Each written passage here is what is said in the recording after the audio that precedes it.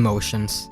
In the VTuber world, invoking certain emotions is the foundation of carving your niche, building up your image or appeal, finding your audience, and determining your relative success. The say-so or the lolly requires moe, the feeling to want to protect someone due to overwhelming cuteness and sometimes with devious intentions.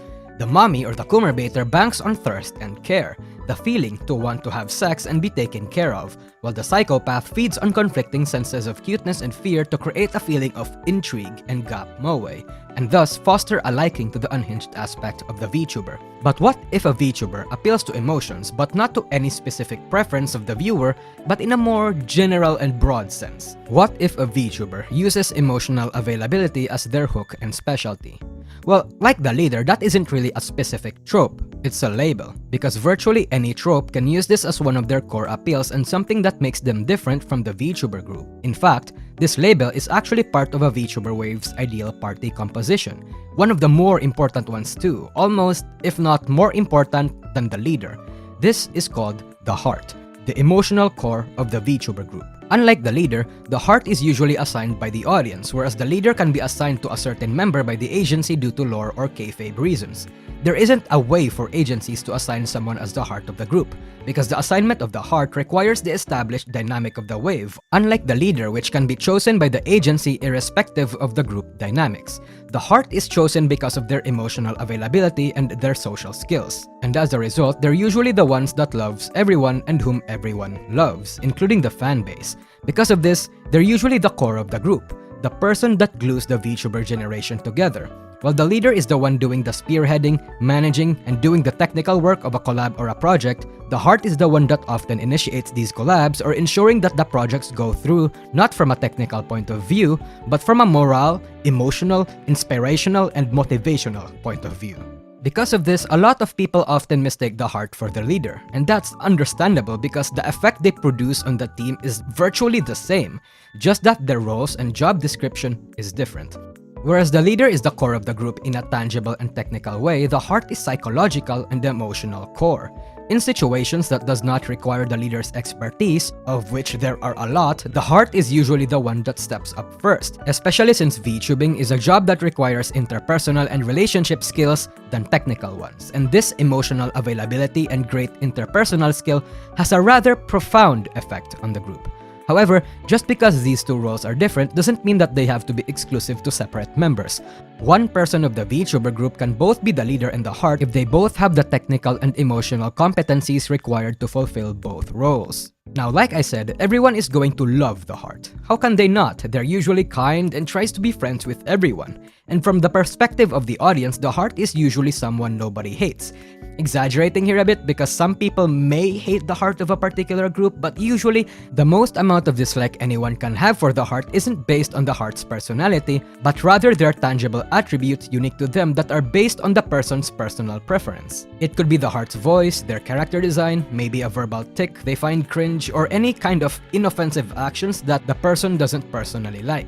Usually, people don't hate the heart, nor do they have any good reason to. They just don't personally prefer their content or isn't interested in their personalities. That is the power of this trope. There are two kinds of heart, the active heart and the passive heart. The active heart are the ones that usually take the initiative in a group setting. The ones that usually start the collabs, reach out to other members or other VTubers, appear in random people's chat, be there for anyone when they need it, and the one that raises the morale and overall unity of the group. Usually, the Genki girl or the social butterfly is given the active heart status, since these people have insane social skills, is very talkative, and overall just a fun person to be around. These are the hearts that are often associated as being the leader, because in a certain sense, they're the ones that drag other people around and are very instigating of whatever fun and quirky ideas they come up with. They are the bridge of communities, usually, the link between different fan bases and someone who is always welcome whenever you see them in anyone's chat. These are the people that are always responsive to the community. You wouldn't be surprised that they just reply to some random Twitter post or find them commenting in the most obscure clips and videos. Ollie is perhaps the most appropriate example of this because she's literally everywhere. Making friends, supporting other VTubers even outside HoloLive, the hope of Unity chats back when the Holo Need You EN collab restriction was still a thing, and interacting with basically anyone. The passive hearts are, well, passive. They usually stick to themselves or the circle they're comfortable with. Like the active heart, passive hearts also engage in collabs, start group projects, and raise the morale of the wave, but in a limited scope. These are the kinds of hearts that are usually meek and shy, the exact opposite of a social butterfly. The say-so or the comfy usually become passive hearts, as due to their inoffensive and gentle nature, everyone in the group listens to what they say and is attentive to their feelings because they don't want to rile up someone that wholesome. Watame is my personal favorite of this because, well, it's fucking Watame. I love her so much, bros. I'd torture and murder anyone that makes this wholesome sheep cry. If she orders me to commit genocide and do a little war crime, I'd do it, no questions asked. Anyway, again, the core trait of the heart is that they're the ones that usually bring the group together, and the observable effects of this trait has a rather profound effect on the heart's fanbase. Fans of the heart absolutely love the heart, and in a way that is very distinct from your typical VTuber fanbase. The fanbase of the heart is more parasocial and emotionally involved with their Oshis, and that is because, again, the heart has great social and interpersonal skills, and the fanbase's increased parasociality is a natural consequence of that. However, in some cases, it could also be that the heart is just as parasocial with their fanbase as the fanbase is with them. Due to the heart being emotionally inclined, them being much more parasocial with their fanbase is a natural pit to fall into. They express their gratefulness more frequently and more personally. They feel more obligated to give back. They feel more attached to their chat. And I am mentioning this because the most popular example of the heart has this distinct attribute. That example is Takanashi Kiara. Now, Kiara is very much aware of the increased parasocial state of herself and her fanbase. She knows it's very much above normal. She acknowledges it and even embraces it. Kiara is the most community-active Holo-EN member the branch has. She seems more emotionally invested in her fanbase and circle than your average VTuber is, frequently updating her fanbase with her activities down to the most mundane tasks. Hell, her most memorable and clipped moments are even derived from her tangents and slice-of-life moments, allowing her fans frequent glimpses of her personal life and revealing more about her well-being, thoughts, and habits with every tidbit of information she shares and every tangent she gets lost in. I mean, just look at those numbers of tweets compared to literally everyone else.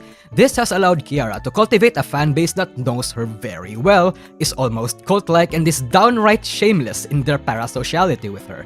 Of all of Holomyth's individual fanbase, KFP is actually the loudest community out there.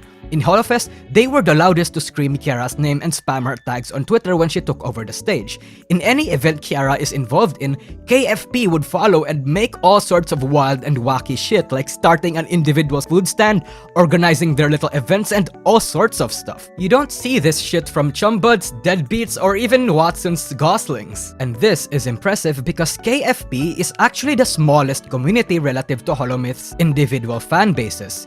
KFP is the most vocal and perhaps has the most amount of loyalists, and it's kind of a fanbase you'd unironically think would actually go to war for her. The only fanbase that I find relatively similar to Kiara's is Vox Akuma's. They're just as thirsty, just as vocal, just as emotionally involved, and is equally as willing to give their Oshis more than just their money. And that is impressive because Vox does the boyfriend experience, meanwhile Kiara doesn't do the girlfriend experience. See, Kiara is the least popular of Myth, but one metric used to measure a fanbase's loyalty is their super chat numbers, of which Kiara has obtained the second highest in the previous year and the actual highest presently. And that is wild. Obtaining the rewards of BFE or GFE without actually doing it is something hearts like Kiara can accomplish. Kiara herself is again quite parasocial, but her fanbase doesn't have the specific kind of parasociality that made Rusha or Vox's fanbase volatile. That being said, she's still gonna have some backlash if she reveals she's in a straight relationship.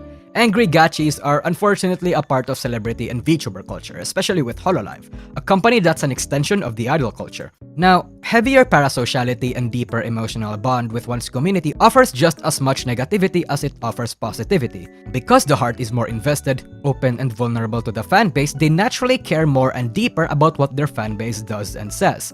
In this regard, the heart is wounded more easily by their fanbase, and any semblance of slight or non-positive comment is going to weigh on them more than normal. Hearts are already quite sensitive and prone to negativity, so you can imagine things like people being no longer their fans, criticism from their own circle, and any kind of community member opposing them in any way is going to affect them more than your average VTuber.